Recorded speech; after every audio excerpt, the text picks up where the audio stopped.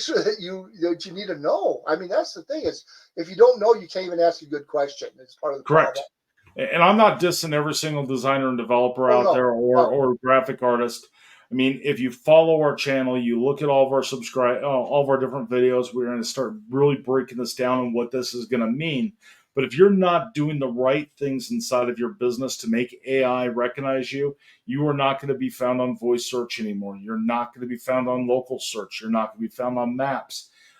We talked to somebody when we were at Chamber the other day that thought that they were doing absolutely amazing. And I still wish I would have had him plug his phone into a search.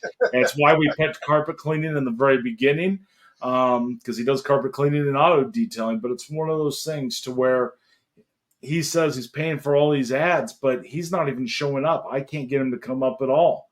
And really, it's kind of sad because most of it's probably off of referrals of where the person knows the name.